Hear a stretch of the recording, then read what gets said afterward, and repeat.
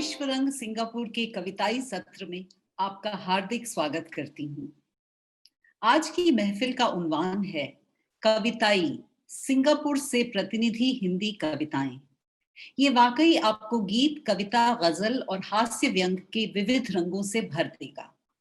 हम गोष्ठी शुरू करें उससे पहले हम एक नजर कविताई पर डालते हैं।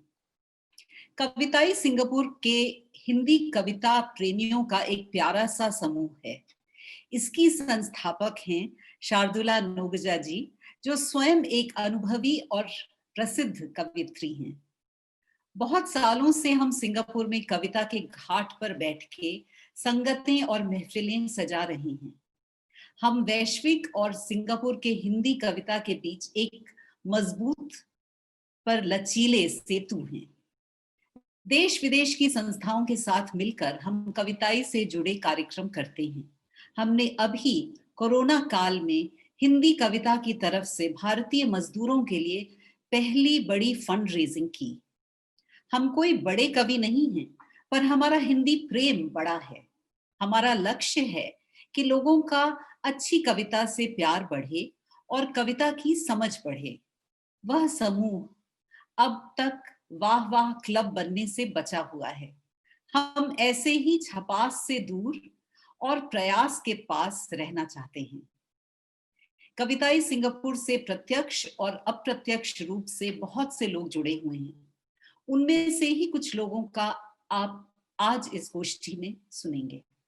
कुछ लोगों को आप दूसरे सत्र में नवरस के कार्यक्रम में सुनेंगे। आज की महफिल की शुरुआत करते हैं एक सुरीली आवाज और पुख्ता कलम से। निधि गुप्ता कशिश। स्वागत है निधि जी आपका। मूलतः जबलपुर मध्य प्रदेश की रहने वाली हैं। वर्तमान में एक आईटी कंपनी सिंगापुर में कार्यरत हैं। राष्ट्रीय कवि संगम सिंगापुर की अध्यक्षा तथा कशिश एंटरटेनमेंट की मालकिन। पिछले 4 सालों से अपनी कविताओं, गजलों, गीतों को लयबद्ध कर गाती हैं।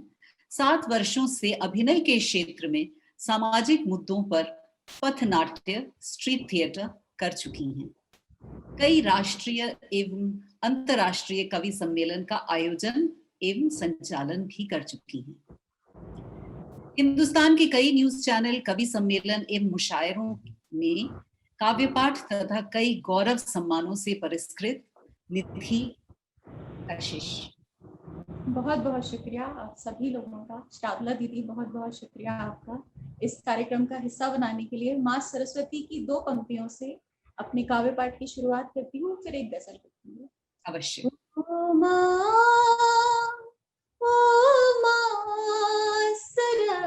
सरस्वती, चरणों में वंदन करती हूँ। जीवन दिया है तूने सुंदर, जीवन दिया है तूने सुंदर, सब तुझको अर्पण करती हूँ। ओ माँ सरस्वती, चरणों में वंदन करती हूँ। बहुत बढ़िया, बढ़िया, वाह। और आप सबको एक गजल सुनाती हूँ कि मेरी दास्तानी गजल ने अब, मेरी दास्तानी गजल ने अब मेरे गम सभी को दिखा दिए। मेरी दास्तानी गजल ने अब मेरे गम सभी को दिखा दिए।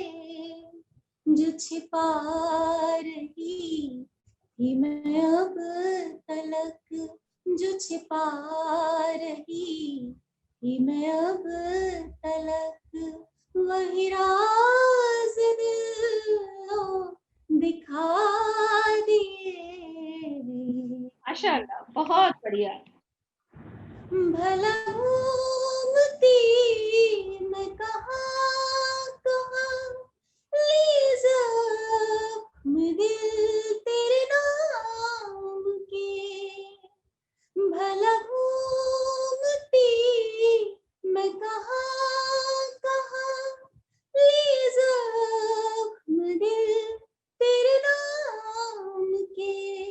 मेरे अश्क चश्म चिराग ने, मेरे अश्क चश्म चिराग ने, तेरे सारे खत ही जला दिए। वाह वाह वाह, बहुत खूब। बहुत बढ़िया।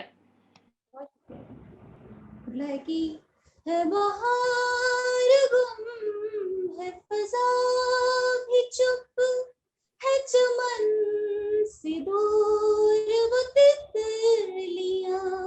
है बहार गुम है फजा भी चुप, है चमन से दूर वो तितलियां। की तरह कियों ने दयार से, की तरह कियों ने दयार से, वो हसीन गाँव मिटा दिए। क्या बात, क्या बात है मुकर्रर, बहुत बढ़िया। वापस वापस निधि।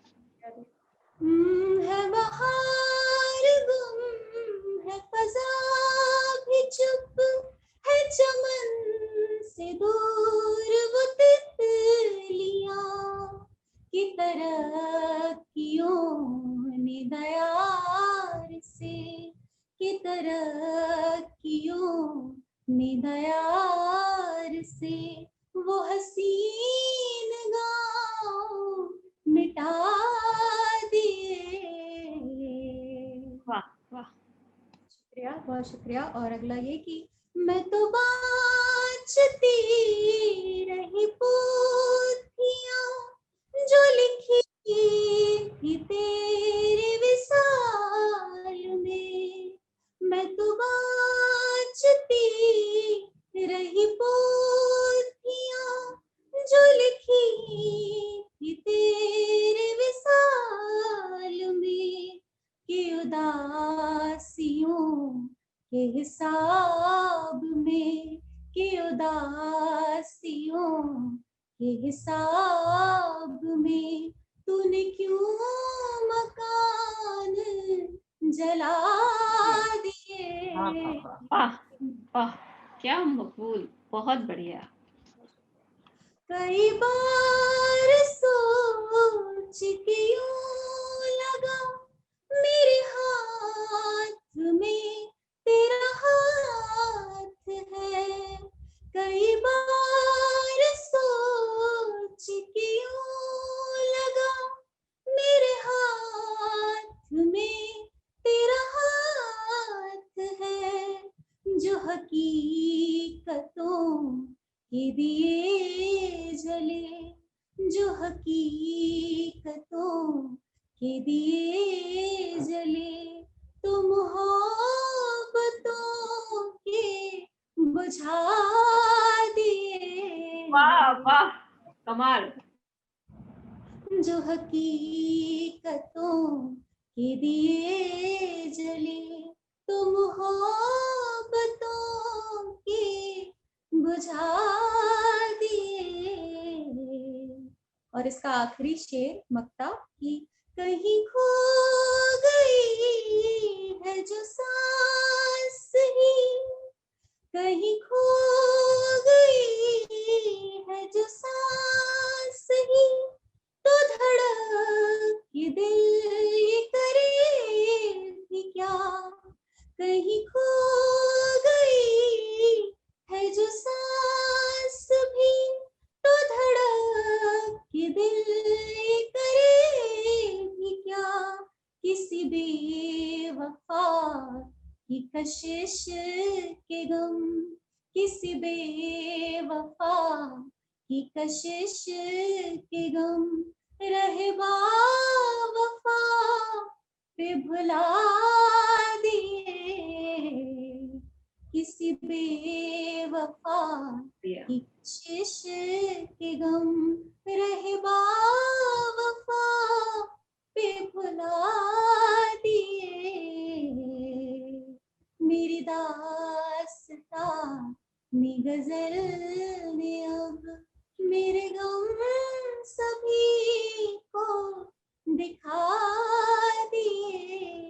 जो छिपा रही थी मैं अब तलक, जो छिपा रही थी मैं अब तलक, वही राज दिल को दिखा दिए।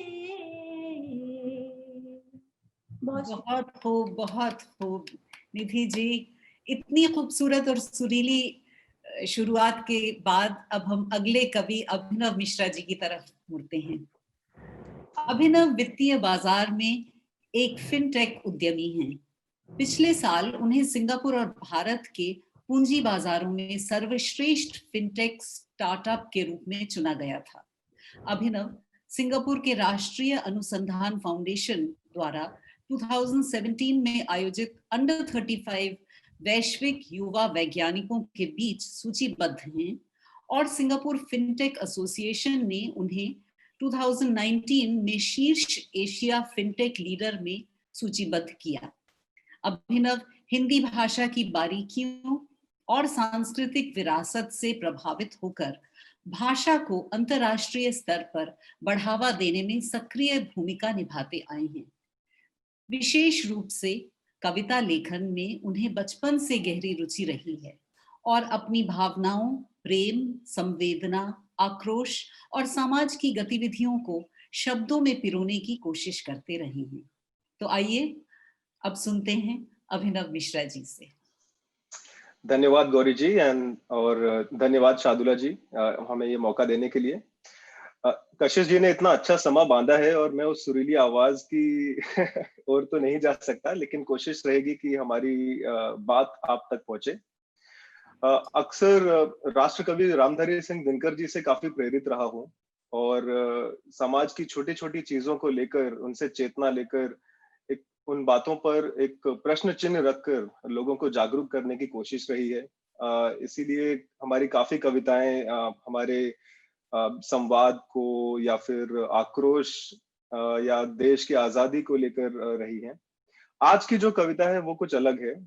आज की कविता के लिए मैं प्रेरित हुआ हूँ फैज अहमद फैज साहब की एक कुछ पंक्तियों से कि वो लोग बहुत खुशकिस्मत थे जो इश्क को काम समझते थे। वो लोग बहुत खुशकिस्मत थे जो इश्क को काम समझते थे या काम से आशिकी करते थे। क्या बात। हम जीते जी मशरूफ रहे, ना इश्क किया ना काम किया।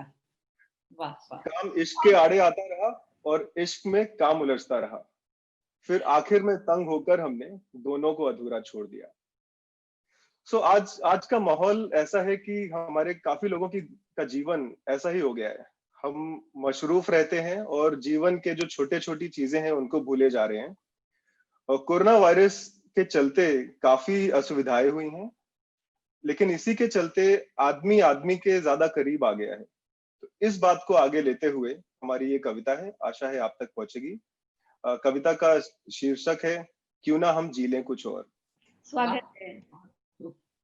जीवन के इस पर्दे से जीवन के उस पर्दे तक, जीवन के इस पर्दे से जीवन के उस पर्दे तक, क्यों ना हम जी लें कुछ और, कुछ सुन लें और कुछ कह लें और बातों बातों में बह लें कुछ और जो थोड़ा सा रह गया है ख्यालों में, कुछ दबे लबों के प्यालों में, कुछ सिसकियों में, कुछ घमंड में, कुछ आक्रोश के ज्वालों में, कुछ सफलता के उन्माद में, कुछ विफलता के अपवाद में, कुछ तिरस्कार में, कुछ अहंकार में, कुछ स्नेह में भी और कुछ दुर्व्यवहार में।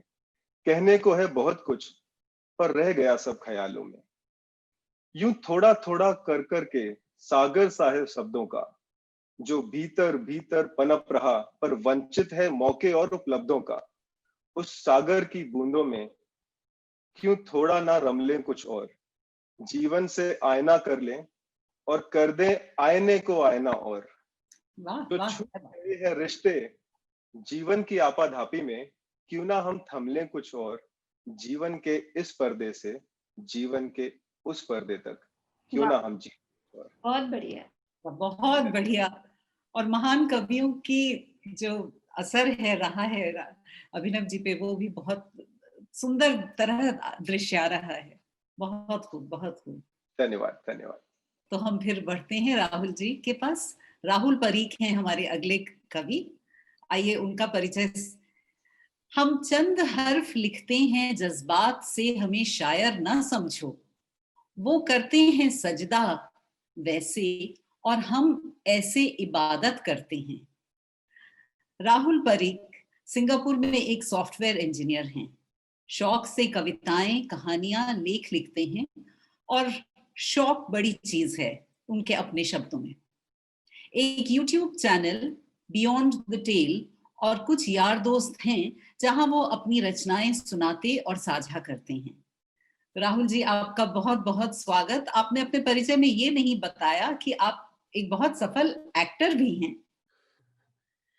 बहुत बहुत धन्यवाद गौरी जी, और बहुत धन्यवाद इस अच्छे परिचय के लिए। और आप बहुत अच्छा संचालन कर रही हैं। शादुला जी को बधाई एक इतने अच्छे कार्यक्रम के लिए, और आप सभी को बहुत बहुत धन्यवाद मुझे ये मंच प्रदान करने के लिए जहां पर मैं अपने विचार प्रस्तुत कर सकूं।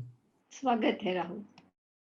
एक शेर है कृष्ण बिहारी नूर का कि आईना ये बताता है कि मैं क्या हूं मगर, आईना ये बताता है कि मैं क्या हूं मगर, आईना इस पे है खामोश कि क्या है मुझ में। वाह। कमाल कोविड कमाल। कोविड कोविड ने बहुत कुछ लिया और थोड़ा कुछ दिया भी है। कारण है इसी का कि हम एक दूसरे से रूबरू नहीं हैं। कोविड ने लोगों से उनका रोजगार लिया, सेहत ली, कई लोगों की जानें भी ली। कोविड ने दिया वक्त लोगों को थोड़ा बहुत अपने परिवार के साथ बिताने को, और वक्त खुद के साथ बिताने को भी। इस कोविड के दौरान ही कई ऐसे सवाल थे जो कौंधे मन में। बाहर जाने का तो रास्ता था नहीं, तो एक शायद रास्ता मिला अंदर जाने का।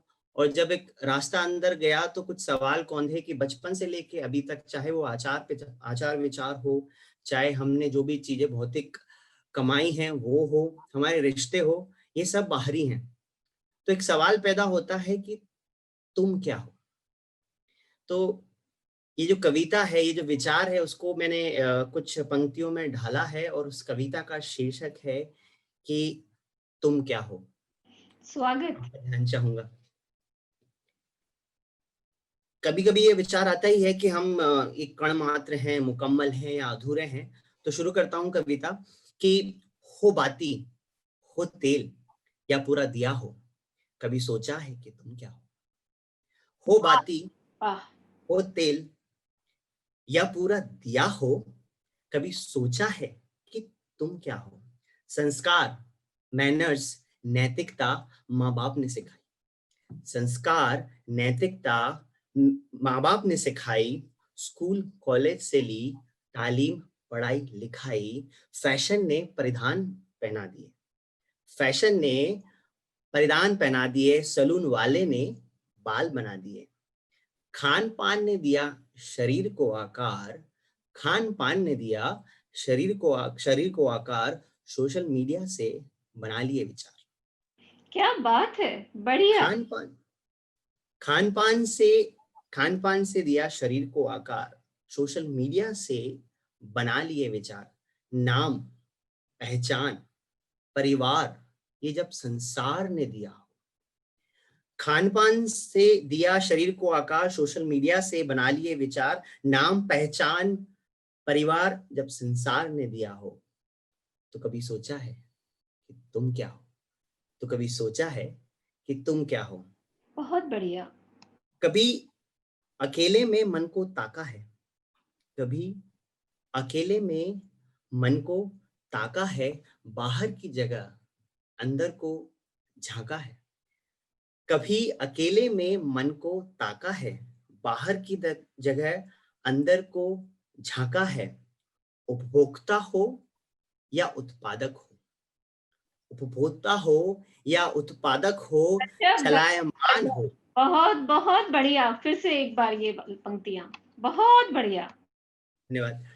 कभी अकेले में मन को झांका है, बाहर की जगह अंदर को ताका है, उपभोक्ता हो या उत्पादक हो, चलायमान हो या चालक हो, उपभोक्ता हो या उत्पादक हो, चलायमान हो या सिर्फ चालक हो, व्रत हो पूरा, व्यास हो या सिर्फ त्रिज्या हो, व्रत हो पूरा, व्यास हो या सिर्फ त्रिज्या हो। कभी सोचा है कि तुम क्या हो? वाह वाह वाह, क्या बात है, बहुत धन्यवाद। बहुत खूबसूरत राहुल जी, बहुत अच्छा लगा आपको सुनकर बहुत दिनों बाद। और आपने सही कहा कि कोविड ने बहुत कुछ हमसे लिया है, लेकिन कुछ कुछ दिया भी है। ये सिंगापुर की गोष्ठी जो हुआ करती थी, अब अंतर्राष्ट्रीय मंच में हम आज उपस्थित हैं, तो ये कोविड ही की वजह से। अगली कवित्री से मिलते हैं अब, गरिमा तिवारी जी। गरिमा तिवारी नई लेखिका हैं जो बाल सुलभ कौतूहल से लिख रही हैं। अंग्रेजी और हिंदी में गद्य, कविताएं और बच्चों की कहानियां लिखती हैं। सिंगापुर में पिछले 6 साल से इनकी कर्मभूमि है। वातावरण, पौराणिक कथाएं एवं मानवीय संवेदनाएं आदि विषय उनके हृदय के करीब हैं और उनकी रचनाओं में दिखाई देते हैं। कविता और अभिव्यक्ति का एक प्रबल माध्यम बनाते हुए वे लिखती हैं, बारिश की पहली बूंद नाक पर टपकी होगी या धंसे होंगे रेत में पांव कभी, ऐसे ही किसी ने लिखी होगी दुनिया की पहली कविता। कितने खूबसूरत शब्द हैं। तो आइए और सुनते हैं गरिमा जी से। बहुत बहुत धन्यवाद। नमस्कार सभी को। गौरी जी बहुत बहुत धन्यवाद, बहुत प्यारा ये सम्मान देने के लिए। शार्दुला जी, ये मंच आपकी वजह से मिला है, बहुत बहुत धन्यवाद इन सभी चीज़ों के लिए।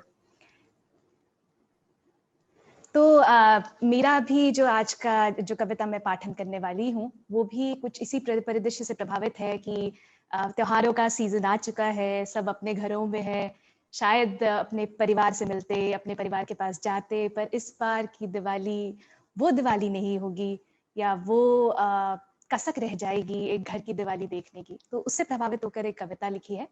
एक संवाद सा है, जैसे अक्सर मेरे पति मुझसे करते हैं इस तरह के संवाद, तो उसी को कविताबद्ध करने का प्रयास किया है, आप सबके सामने प्रस्तुत करती हूँ। स्वागत है।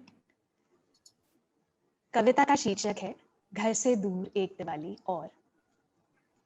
सुनो ना, एक काम करते हैं, यादों में ही सही दिवाली पर घर चलते हैं।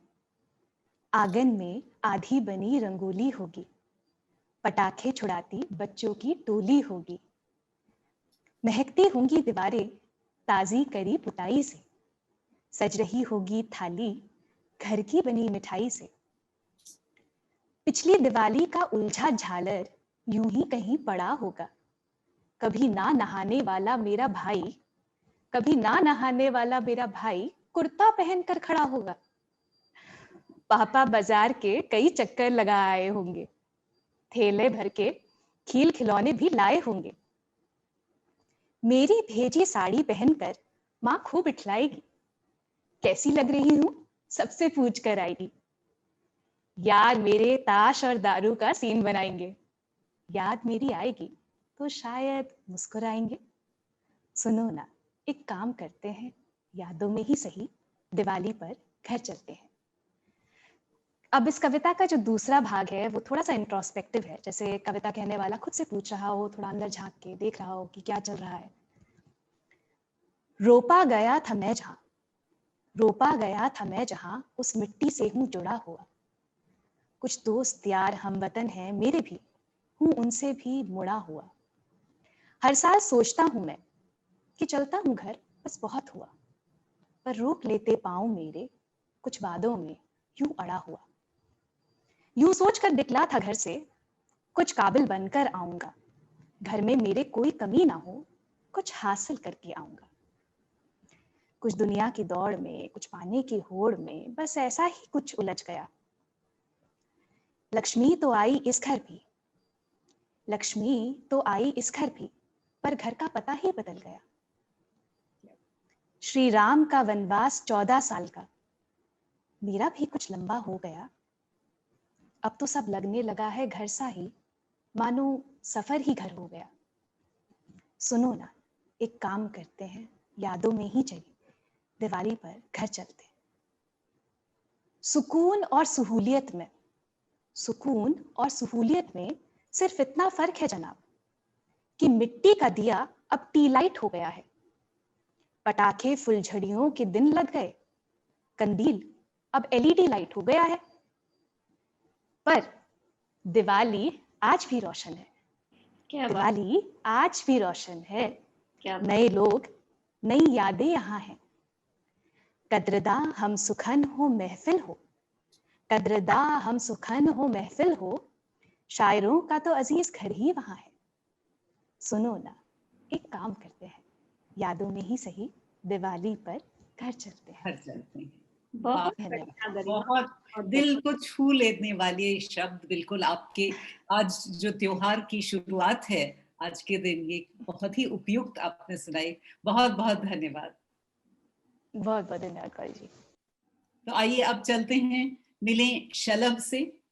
शलभ संगीतज्ञ, गीतकार, कवि हैं और अपनी भावनाओं को गीत, कविता, संगीत, गिटार और गायकी के द्वारा अभिव्यक्त करते हैं।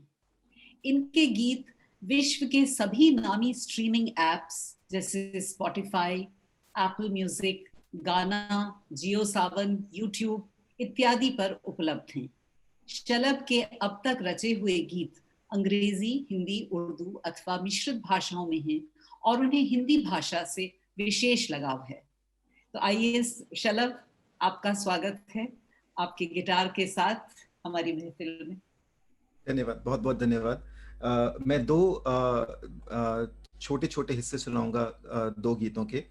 पहला गीत जो है वो हमारे कवियों से, वीर रस के कवियों से काफ़ी ज़्यादा प्रभावित है और ये एक्चुअली मेरा पहला गीत था और ये एक तरीके का एक एक्सपेरिमेंट था कि किस तरीके से हिंदी के जो बोल हैं वो एक अगर एक रॉक म्यूज़िक के जॉनर में भी अगर उनको बिठाया जाए तो बहुत ही अच्छी तरीके से बैठ सकते हैं और उसी तरीके से अगर किसी मीठे गीत पे बिठाया जाए तो वो भी बहुत अच्छी तरीके से बैठ सकते हैं।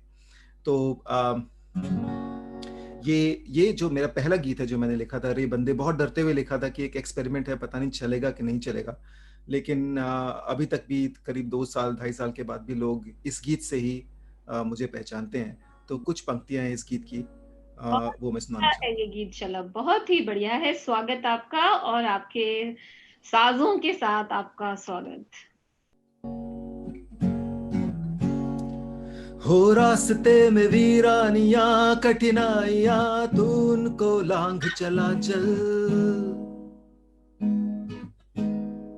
जो पथ में आवे कांटे रोड़े चिंगारी, तू सबको फांद चला चल। गड़ पग में शूल घावों को भूल, कांटों के बीच दांतों को भींच चला चल। रे बंदे तू चला चल, रे बंदे तू चला चल, रे बंदे ओ बंदे तू चला चल, रे बंदे ओ बंदे तू चला चल। धुंधला क्षितिज अंधी घटा अग्नि परत, तू सबको चीर चला चल। जो गिर पड़ा तो हो उठ खड़ा, खींचे गगन धरती मिला, तू चला चल। नस नस फुला फड़का भुजा, घावों को खा सीने सजा, तू चला चल।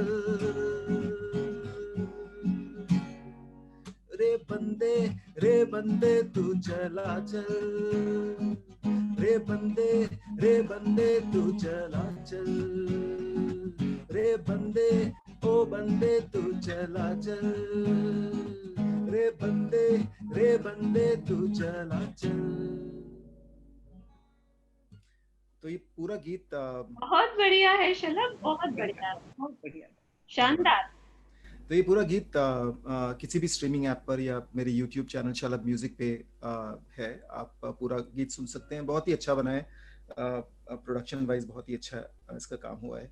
एक और गीत, उसकी कुछ पंक्तियां मैं सुनाना चाहूंगा। पहली बार आ रहा है, अब से पहले किसी ने इसको सुना भी नहीं, और ये एक अलग तरीके का एक्सपेरिमेंट है। एक उर्दू में लिखा हुआ है, थोड़ा सा एक मजेदार संगीत है और मजेदार बोल हैं इसके। तो इसमें आप सब कल्पना कीजिए कि अपने दोस्तों के साथ बैठे हुए हैं और किसी बीच पे या किसी ऐसी जगह बैठे हुए हैं जहाँ पे कि सारे के सारे एंजॉय कर रहे हैं।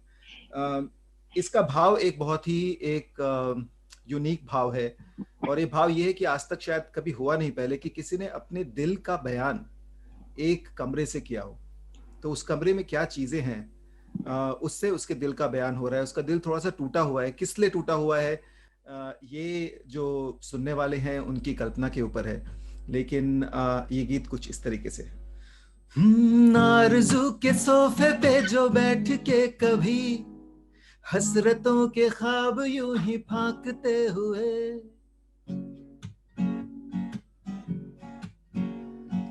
आरज़ू के सोफे पे जो बैठ के कभी हसरतों के ख्वाब यूं ही फांकते हुए, गुर्बतों के कोनों को है झाड़ते सही, दिल के कमरे का मेरे हाल देखिए, जरा सा हाल देखिए। गर्द खाई मेज़ें, गर्द खाई मेज़ें और टूटी फूटी कुर्सियां, अपने सदद से दिल की है यही कहानियां। एक टपकती छत है और कुछ खड़कती खिड़कियां, अपने सदद से दिल की है यही कहानियां।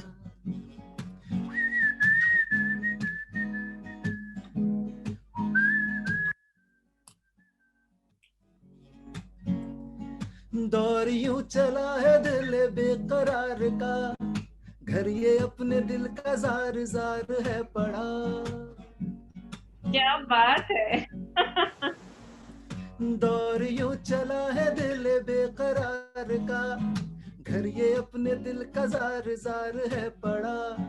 मुफलिसी सही जो तशरीफ लाएंगे, आपकी हुजूरियत में पेश करेंगे, जरूर पेश करेंगे।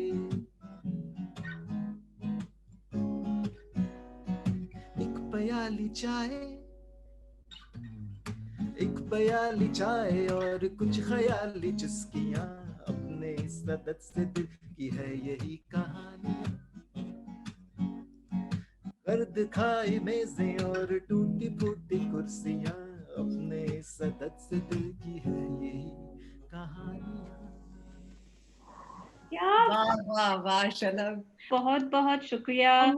मुझे हैरानी इस बात की हो रही है कि सिंगापुर इतना छोटा सा है, लेकिन वहां पर आपने इतने सारे प्रतिभाशाली लोगों को इस कविताई में जोड़ लिया है, और आज सब ये अंतर्राष्ट्रीय मंच पर अपनी प्रतिभा का प्रदर्शन कर रहे हैं। आप सबको बहुत बहुत मुबारक, और बहुत ही अच्छी, बहुत ही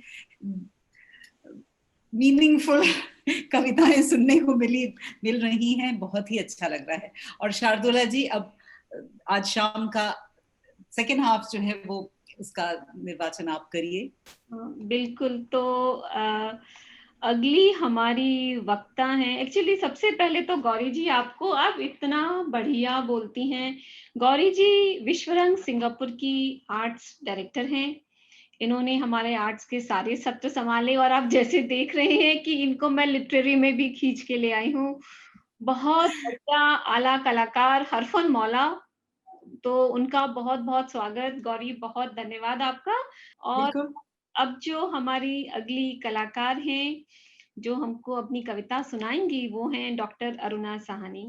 डॉक्टर साहनी असली वाली डॉक्टर हैं, पेशे से चिकित्सक हैं। वो बचपन से लिख रही हैं, अंग्रेजी में लिखती थी शुरुआती दौर में, और उनकी 2 किताबें आ चुकी हैं। अभी जो उनकी लेटेस्ट अंग्रेजी किताब है मिड ऑटम म्यूजिंग्स, बहुत फेमस हुई, सिंगापुर राइटर्स फेस्टिवल में डेब्यू किया उस किताब ने।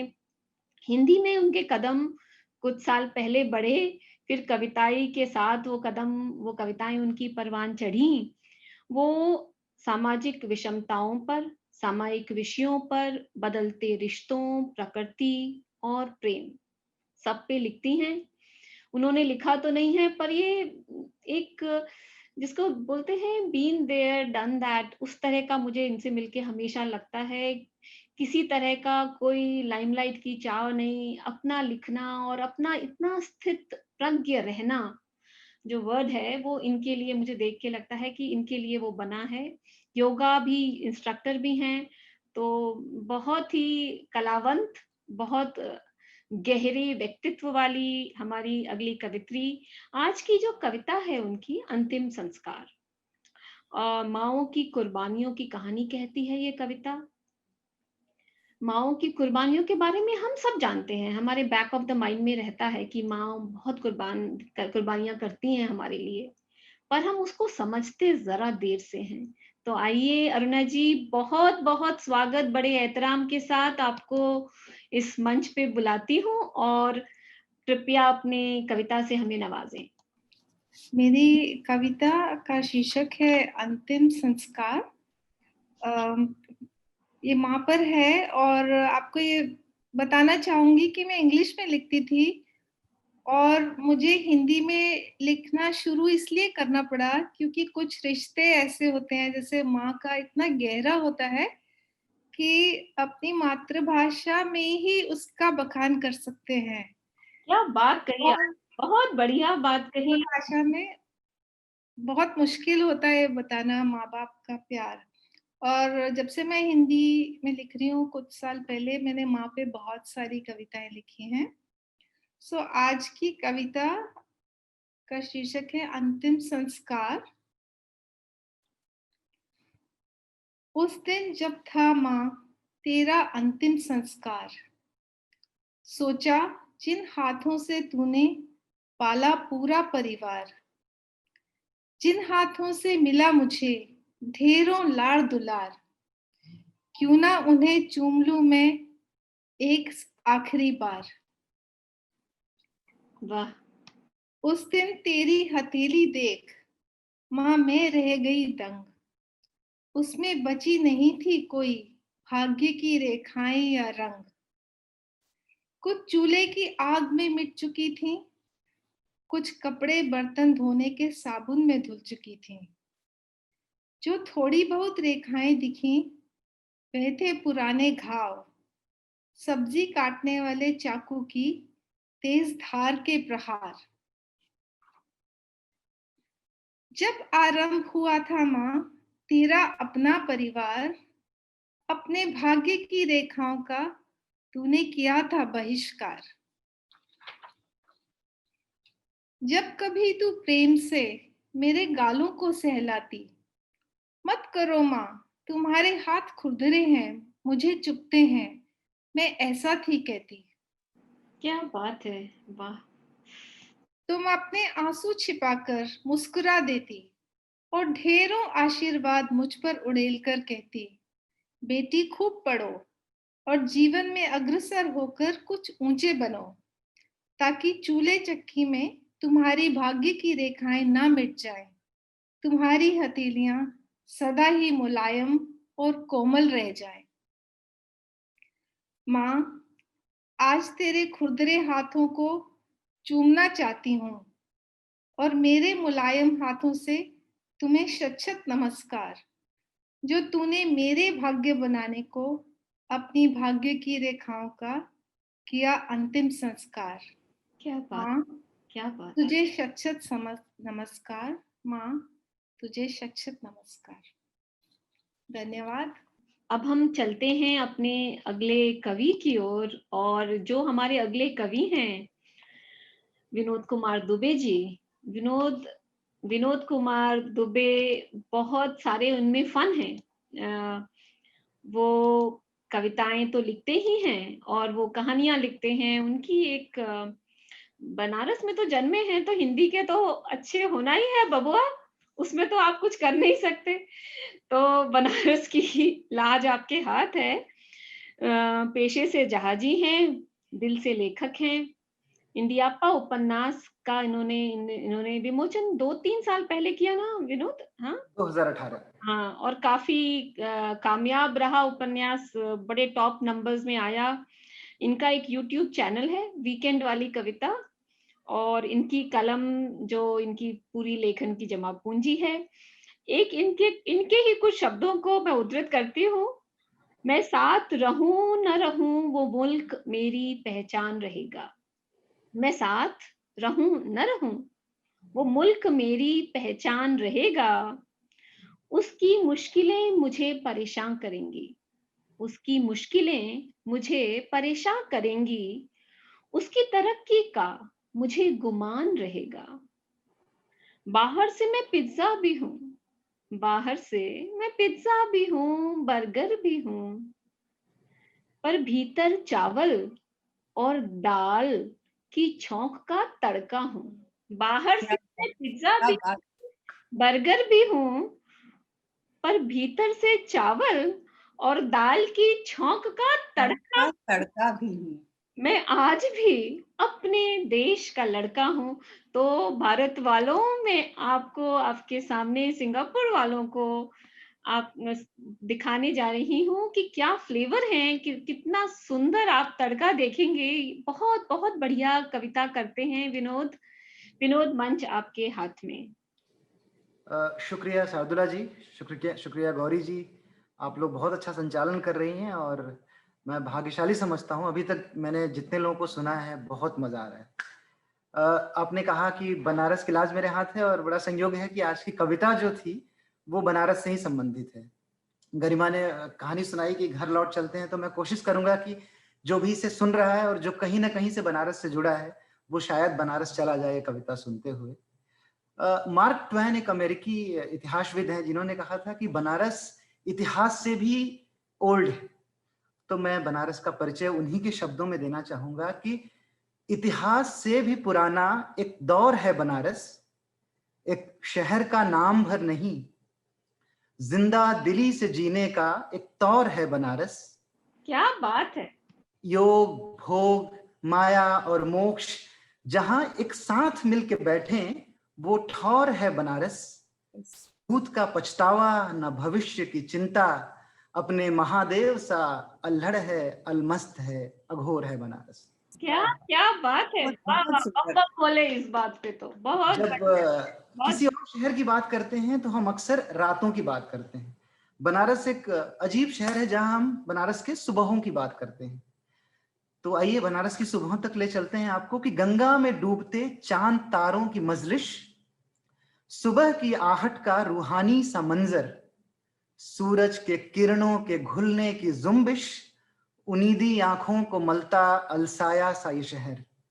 विश्वनाथ मंदिर की मंगला आरती की घंटी तो कहीं ज्ञानवापी मस्जिद के सुबह की अजान, दशा सुमेध और 80 की गंगा आरती, हरिश्चंद्र और मणिकर्णिका का महाशमशान। क्या बात है। जिस अलौकिक छवि के लिए आंखें खुद ब खुद खुल जाएं, है वो वजह बनारस जहां कायनात भी हाथ जोड़े भोर का इस्तकबाल करे, है वो जगह बनारस। किसी ने ऐसे ही तो नहीं बांटा होगा कि शाम अवध की सुबह बनारस, शाम अवध की सुबह बनारस। बहुत बढ़िया, शानदार। सुबह में गंगा की आरती के बाद बढ़ते हैं बनारसी के अगली काम तक कि फूली फूली कचौड़ियों की खुशबू, गर्मा गर्म जलेबी का शीरा, ठंडी ठंडी मलइयों का मक्खन, कुल्हड़ में जैसे स्वाद का जीरा। भोजन से बनारसी का कहाँ है वास्ता, हर बखत के लिए उसका एक अलग है नाश्ता। अगर नाश्ता है वाक्य तो उसके बाद का पंक्चुएशन है पान। पान दरीबा के किमाम की खुशबू में लिपटा, हर बनारसी के दिल की धड़कन है पान। कमाल। गुड़गुड़ाती आवाज में दीवारों पर गुलकारियां करता पान का शौकीन है बनारसी। ठंडई और भांग की एक घूंट में पूरी दुनिया को गरियाता, रोजमर्रा की मुश्किलों का तौहीन है बनारसी।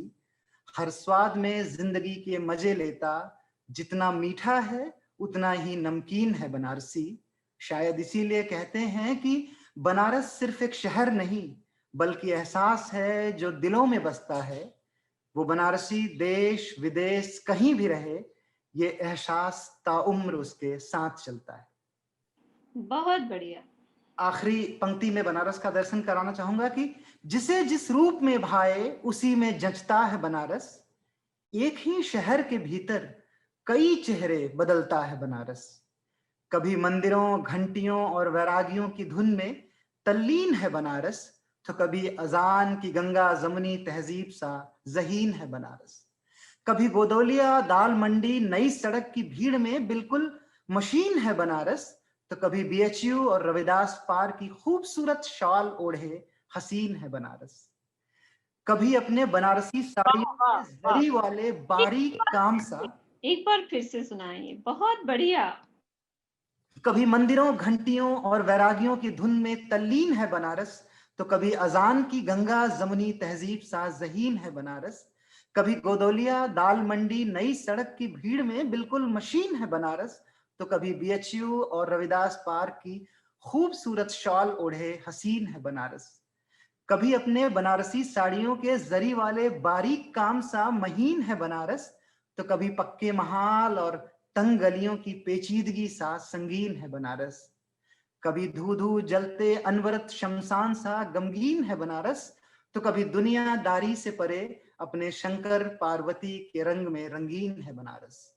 बनारस एक शहर नहीं बल्कि एक दर्शन है जो एक बनारसी को याद दिलाता है कि इस दुनिया की भीड़ में दुनिया से अलग वो बहुत कुछ खोएगा और बहुत कुछ पाएगा।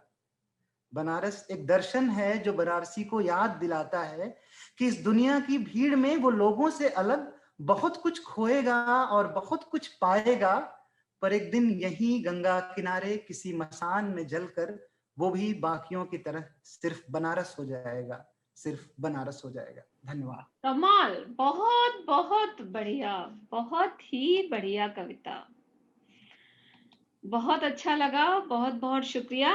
बनारस की लाज किया आपने, तो बिल्कुल नंबर 1 पे बनारस को पहुंचा दिया। बहुत बहुत शुक्रिया विनोद जी। अब हम चलते हैं अपने अगले लेखक की ओर, और मैं आती हूँ बनारस से उदयपुर। उदयपुर खुद झीलों का शहर, गहरी गहरी बातों का शहर। पंकज जी उदयपुर राजस्थान में जन्मे। 15 वर्षों से समुद्र की लहरों पर देश और विदेश का सफर किया है इन्होंने। पिछले लगभग 10 वर्षों से सिंगापुर में रहते हैं। जीवन के रंगों को हास्य में पिरोकर एक भावपूर्ण और सरल संदेश देना इनकी मुख्य कला है। ये हास्य भी लिखते हैं और जब ये गंभीर लेखन पे आते हैं तो बहुत रुला भी देते हैं। तो ये बढ़िया कविता लिखते हैं, साथ में कविताएं लंबी लंबी याद भी रखते हैं। इंजीनियर हैं और हमारे कॉलेज से ही पास आउट है, ये इनकी सबसे बड़ी खासियत है। तो पंकज जी की अपनी शायद आज एक हास्य कविता हमारे सामने रख रहे हैं आप पंकज। बढ़िया कवि, 21 साल से लिखने वाले पंकज, आपका बहुत बहुत स्वागत है। बहुत बहुत धन्यवाद शार्दुला जी और गौरी जी। जब संचालन इतना अच्छा हो तो कविता सुनाने का मन ही नहीं करता, ये लगता है संचालिका कोई सुनते रहो एक्चुअली। तो इसीलिए कभी कभी जब ज्यादा अच्छा संचालन होता है तो वैसे कवि सम्मेलनों में कविता सुनना भी एक पाप समझता हूँ। आप बहुत अच्छा संचालन कर रहे हैं। आप लोग इनका हास्य देख रहे हैं। विश्व रंग पे कविताई को ले जाना और इस मुकाम तक लाना, उसके लिए आपको बहुत बहुत धन्यवाद।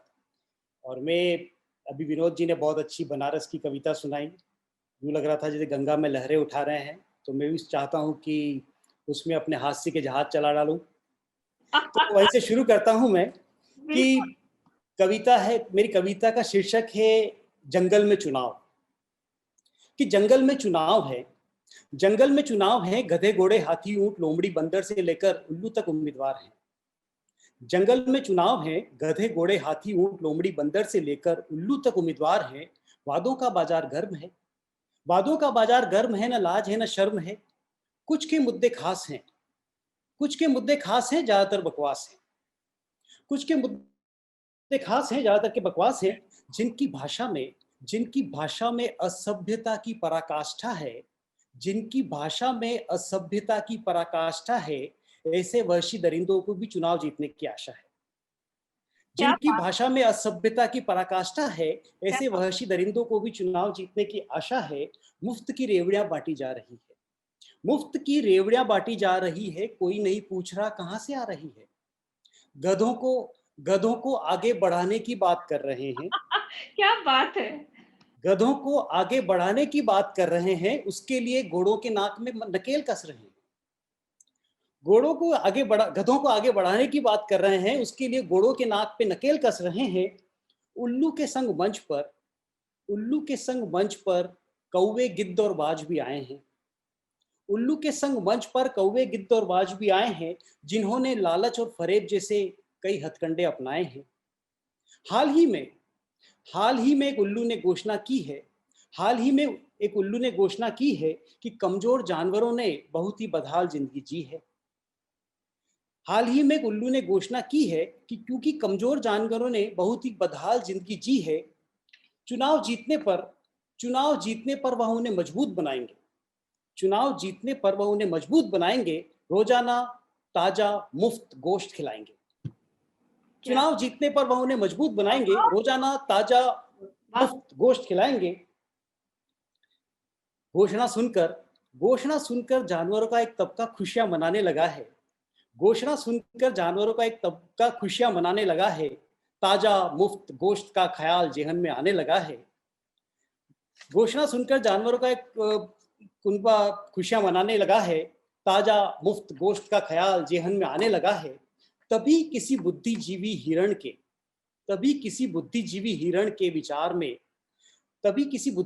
हिरण के दिमाग में वैचारिक तरंगे चली, ये मुफ्तखोरी की बातें उसे बहुत खली।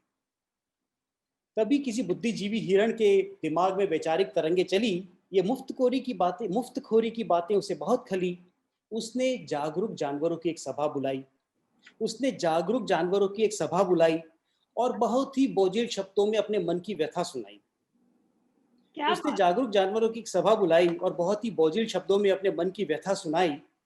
कि ये उल्लू जो ताजा मुफ्त गोश्त खिलाएगा, जरा सोच कर देखो कि ये गोश्त कहां से आएगा। ये जो उल्लू ताजा मुफ्त गोश्त खिलाएगा, जरा सोच कर देखो कि ये गोश्त कहां से आएगा। और जंगल में खुद को कमजोर बताने की एक होड़ सी मच जाएगी। खुद को कमजोर बताने की जंगल में एक होड़ सी मच जाएगी। चहूं और हम भी कमजोर, बस यही आवाज आएगी। बहुत शानदार व्यंग, वाह वाह। और अगली पंक्तियों पर आपका ध्यान चाहूंगा कि चहूं और हम भी कमजोर, बस यही आवाज आएगी। सभी कर्मशील गधे घोड़े निखट्टू बन जाएंगे और ये उल्लू एक का गोश्त दूसरे को खिलाएंगे। सभी कर्मशील गधे घोड़े निखट्टू बन जाएंगे और ये उल्लू एक का गोश्त दूसरे को खिलाएंगे। धीरे धीरे सारा जंगल तबाह हो जाएगा और ये गिद्धों का झुंड लाशें नोचता नजर आएगा। क्या बात है, वाह। हिरण के विचार पर जानवरों ने सहमति जताई। एक सुर में जोर से आवाज लगाई कि हम हर हाल में अपने जंगल को बचाएंगे। उल्लू और उसके साथियों को जंगल की सत्ता कतई नहीं थमाएंगे। जो बात जानवर समझ गए, काश इंसान भी समझ पाए। जो बात जानवर समझ गए, काश इंसान भी समझ पाए। और ये देश सत्ता लोलुप भेड़ियों के चंगुल से बच जाए। धन्यवाद। वाह वाह वाह, कितनी बड़ी बात कह दी इन्होंने हास्य में। बहुत ही बढ़िया, बहुत बढ़िया। धन्यवाद। बहुत बहुत बहुत बढ़िया कविता सुनाई आपने। और ऐसा लग रहा है कि क्या क्या कार्यक्रम हुआ है, कितना सुंदर, इतनी मीठी आवाज से निधि ने चालू करके सरस्वती माँ की उससे जो शुरुआत की है, वो इतने रंग हमें दिखा चुकी है। सिंगापुर में इतना छोटा देश, इतने कम भारतीय, उत्तर भारतीय जो हिंदी बोलें, उसमें ऐसे बड़े-बड़े हीरे, मैं तो बिल्कुल जिसको बोलते हैं ना एकदम निहाल हो रही हूँ और बहुत-बहुत मुझे अच्छा लग रहा है पंकज जी। बहुत-बहुत शुक्रिया आपका। और अब मैं जिसको बोलते हैं राजेंद्र सूरज जी, उनको मैं निमंत्रण देती हूँ। कहा जाता है कि जब आप किसी से परिचय मांगते हैं, तो जो जितने गुणी होते हैं, वो उतना छोटा परिचय लिख के देते हैं। तो अब अगले 2 लोगों ने मुझे एक पंक्ति में लिख के दिया है। अब आप सोचें कि क्या उनका ये जो फेर है वो क्या है? तो राजेंद्र जी रायबरेली में जन्मे हैं, लगभग 10 वर्षों से सिंगापुर में रहते हैं। साहित्य से गहरा लगाव है। सनातन संस्कृति से मैं देखती हूँ कि इनका गहरा लगाव है और वाक़ई है, मतलब दिखाने वाली बात नहीं है उसमें। वे नवगीत, नज़्म और तुकांत जैसी विधाओं में लिखते हैं। और हमारा जो कविताई का समूह और जो व्हाट्सएप ग्रुप है, उसमें जब हम कभी अंग्रेजी या रोमन हिंदी में लिखते हैं तो हमें बड़ा डांटते भी हैं। तो ये हमारे हमको हिंदी की तरफ बार-बार खींच के लाते हैं। ये एक ऐसी बात है जो जब कोई और नहीं देख रहा, तब आप जो करते हैं वो आपका व्यक्तित्व निर्धारित करता है। तो ये बात मुझे राजेंद्र की बहुत अच्छी लगती है और मैं भी इनकी डाँट को सर आँखों पे लेती हूँ। तो राजेंद्र जी बहुत अच्छा लिखते हैं, बहुत भाव इनके अंदर, इनकी कविताओं में आप देखेंगे भाव बहुत अच्छे गहरे भाव हैं और जो भी होता है आस-पास इनके, उससे मैं देखती हूँ ये बहुत जल्दी प्रभावित होते हैं। तो राजेंद्र जी बहुत-बहुत स्वागत, मंच आपका है। अब आप हमें कोई बढ़िया-सी कविता सुनाएँ। शार्दुला जी बहुत बहुत आभार इतने उदार परिचय के लिए। और आपके बारे में यही कहूंगा कि आप वो माली हैं जिसके सानिध्य में बहुत सारे नए पौधे नए नए पेड़ उगे हैं और वो फूल भी दे रहे हैं, वो हम सब देख रहे हैं यहाँ पर। और गौरी जी आपको भी बहुत प्रणाम। आपको मैं साहित्य की चलती फिरती विद्यालय बोलता हूँ, जो कभी अमेरिका में रहती हैं, कभी सिंगापुर में रहती हैं, और आपके माध्यम से बहुत कुछ सीखने को मिला है।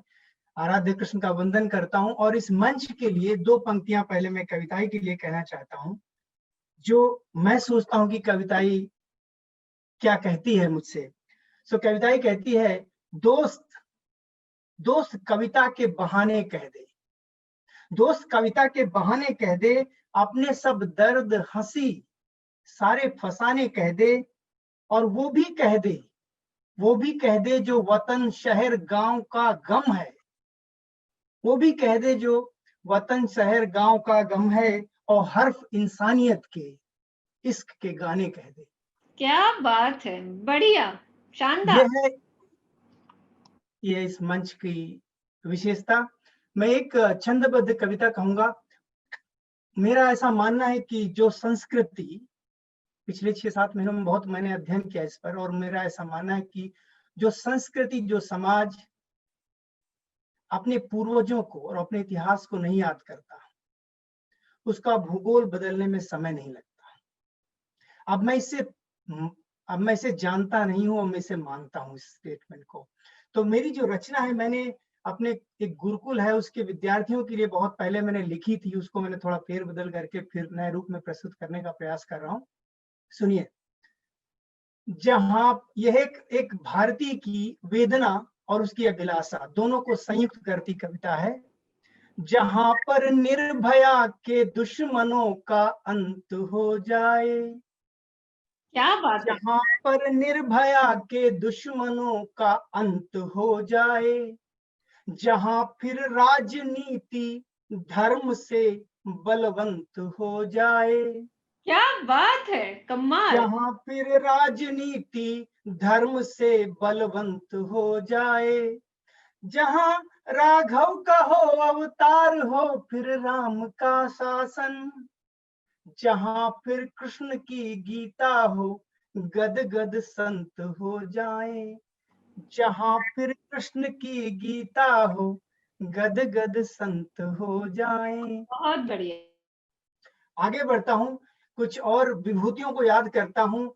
जहां फिर त्याग की गंगा बहे बलिदान वाणी हो, जहां फिर त्याग की गंगा बहे बलिदान वाणी हो, जहां गौतम जहां महावीर की राहों पे प्राणी हो, सृजन जन जन में हो साहस भगत का हर परिंदे में, सृजन जन जन में हो साहस भगत का हर परिंदे में, हमारा देश खिलकर सत्य का गणतंत्र हो जाए, क्या बात, हमारा देश फिर खिलकर सत्य का गणतंत्र हो जाए।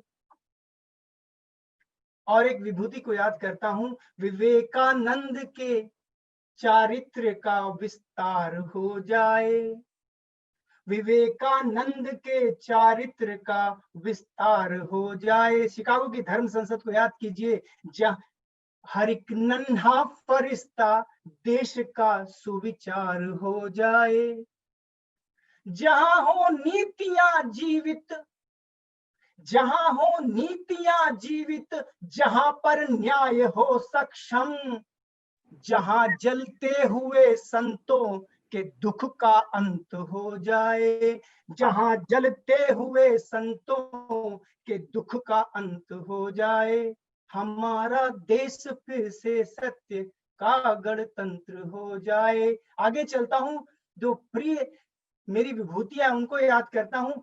जहां मीरा दीवानी हो, जहां झांसी रवानी हो, क्या बात, जहां मीरा दीवानी हो, जहां झांसी रवानी हो, और जहां पन्ना का निर्मल त्याग हर घर की कहानी हो, वाह वाह वाह वाह, जहां पन्ना का निर्मल त्याग हर घर की कहानी हो, जहां फिर कोई गुरु गोविंद भर दे पीढ़ियों में बल, क्या बात है, वाह वाह, जहां फिर कोई गुरु गोविंद भर दे पीढ़ियों में बल, और शिवाजी का बिगुल इस राष्ट्र का अरिहंत हो जाए, वाह, शिवाजी का बिगुल इस राष्ट्र का अरिहंत हो जाए।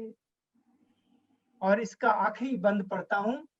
स्वागत। जहाँ शंकर का लेखन हो, आदि शंकराचार्य को याद कीजिए, 18 वर्ष की उम्र में पूरे भारत को जोड़ दिया था। जहाँ शंकर का लेखन हो, जहाँ कबीरा का हो चिंतन, जहाँ हर कोख की बच्ची मनाए सुरमई जीवन, जहाँ हर कोख की बच्ची मनाए सुरमई जीवन, जहाँ हो उपनिषद आधार जीवन की शिलाओं के, नचिकेता को याद कीजिए, जहाँ हो उपनिषद आधार जीवन की शिलाओं के, जहाँ फिर वेद के अक्षर युवा के मंत्र हो जाएं, बहुत अच्छा, जहाँ फिर वेद के अक्षर युवा के मंत्र हो जाएं, जहाँ जलते हुए संतों के दुख का अंत हो जाए, हमारा देश फिर से सत्य का गणतंत्र हो जाए। जय हिंद, जय हिंदी। बहुत बढ़िया, और बहुत ही बढ़िया।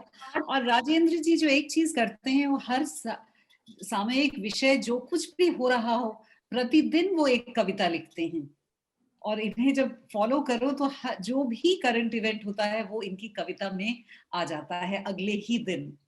बिल्कुल सही गौरी, बिल्कुल ठीक। और एक बात और कि ये राजेंद्र की कोई मंच वाली बात या मंच की कविता नहीं है, वो जीवन से और सत्य में इस बात पे इतने समर्पित हैं और एक गुरुकुल के लिए बहुत गहरा काम कर रहे हैं, और उसके लिए वो अभी फिलहाल जैसे अपनी कविताई प्रेजेंस है और काम है, जैसे विश्वरंग के लिए भी, उन सबको भी वो सेक्रीफाइस कर रहे हैं। और तो ये जो कविता के पीछे जो पुख्ता एक्शन है, पुख्ता काम और सच में सत्य की सोच है उनकी, यही मुझे लगता है कि यही किसी कवि का होना या कहना सार्थक करती है। नहीं तो बोलते हैं ना सुखन और कहन तो सब में, बहुतों लोग में होता है। उसके पीछे जो सच है वो हम अभिमान से कहते हैं कि राजेंद्र कविताई के लेखकों में से हैं। राजेंद्र, बहुत बहुत शुक्रिया आपका। तो अब हम चलते हैं अपने अगले और एक बहुत ही अनूठे वक्ता की ओर।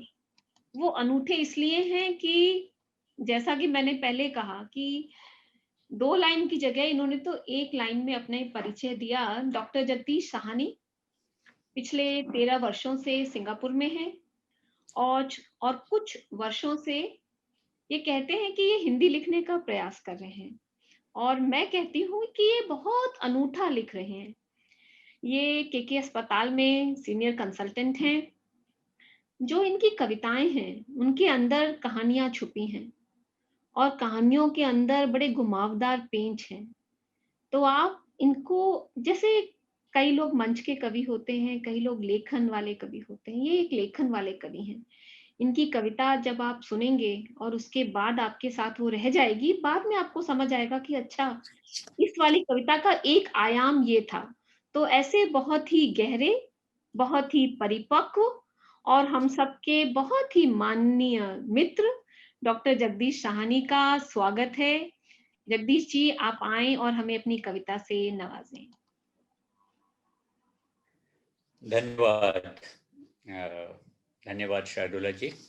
नमस्कार चित्रा जी, आपसे पहली बार मिल रहा हूँ। मेरी कविता का शीर्षक है मेरा शहर।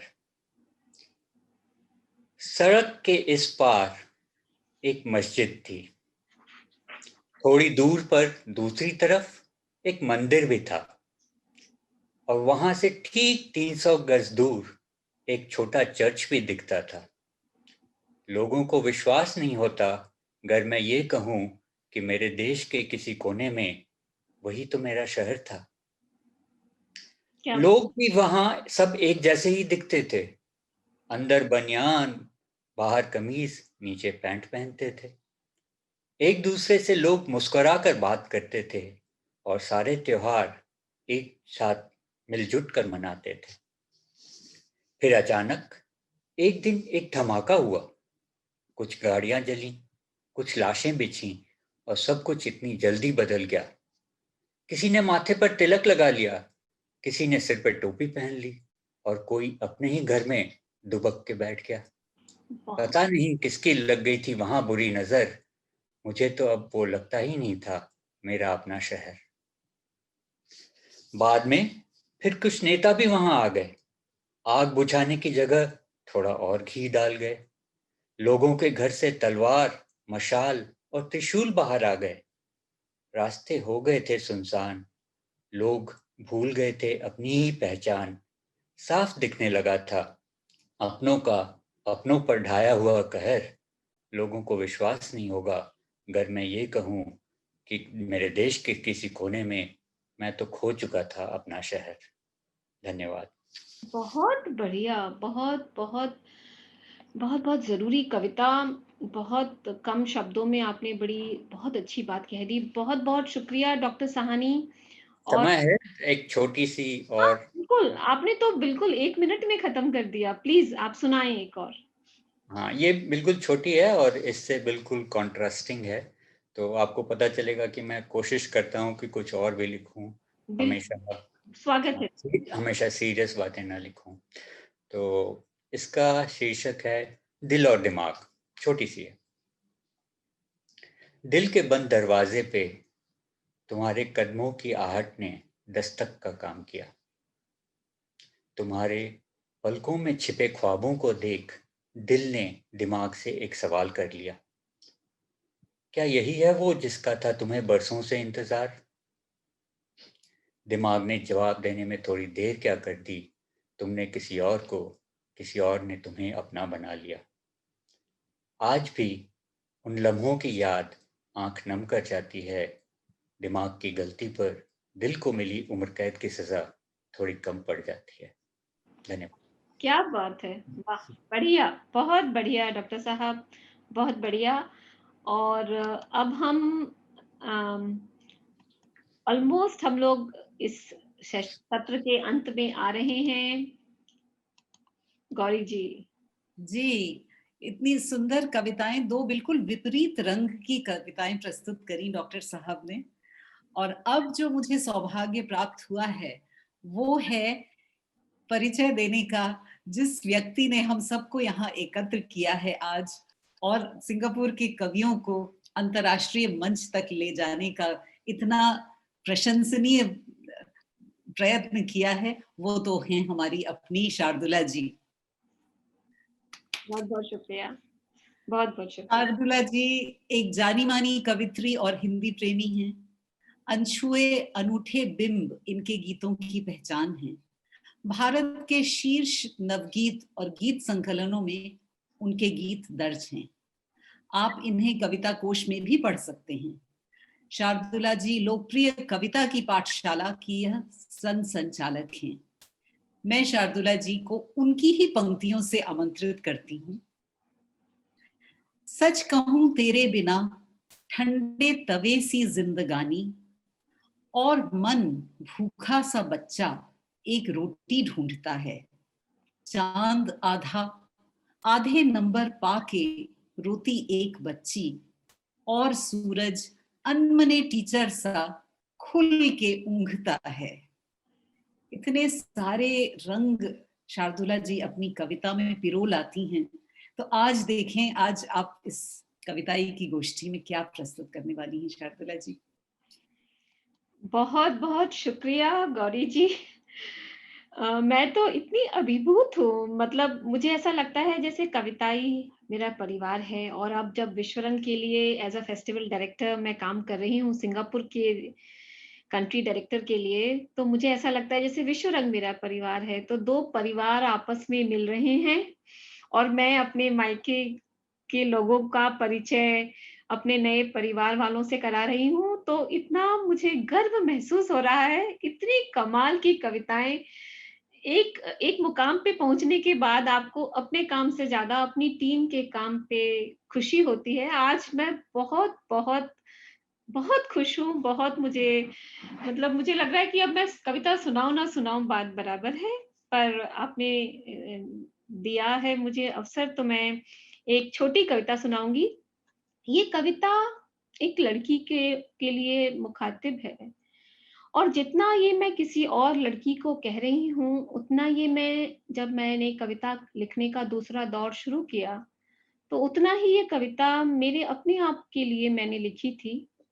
शीर्षक है लिख रही तू गीत लड़की।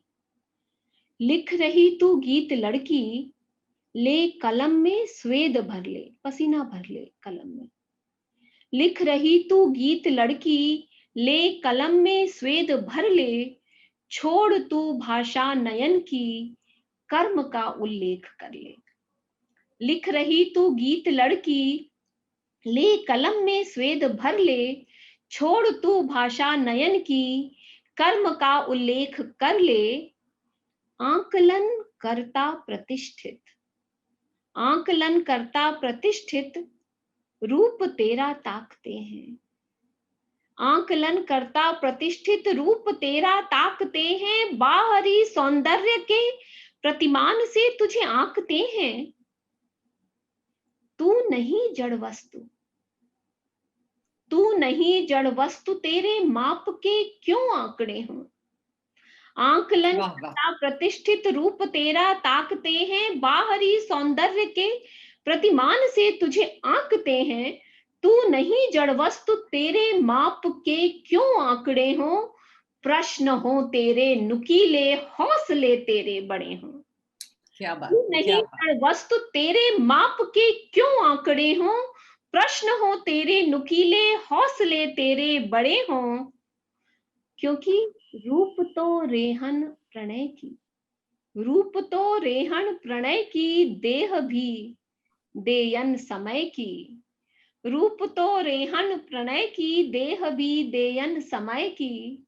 आभ तेरी भीतरी जो, राह तेरे उन्नयन की। तुम्हारा जो सक्सेस है उसकी राह अपनी अंदर का तुम्हारा लाइट है।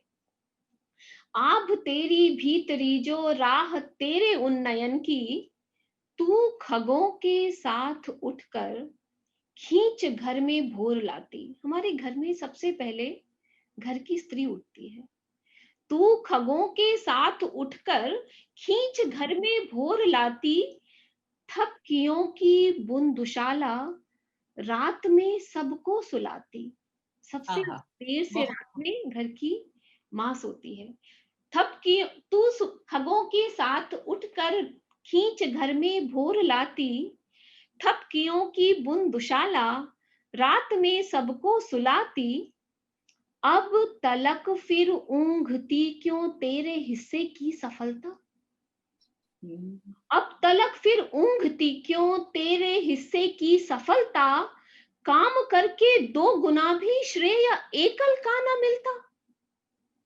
अब तलक फिर ऊंघती क्यों तेरे हिस्से की सफलता, काम कर कर 2 गुना भी श्रेय एकल का न मिलता। फूल मत बन, लड़कियों को मैं कह रही हूं, फूल मत बन, शूल मत बन। शूल बनने की भी जरूरत नहीं है। फूल मत बन, शूल मत बन, किसी के अनुकूल मत बन।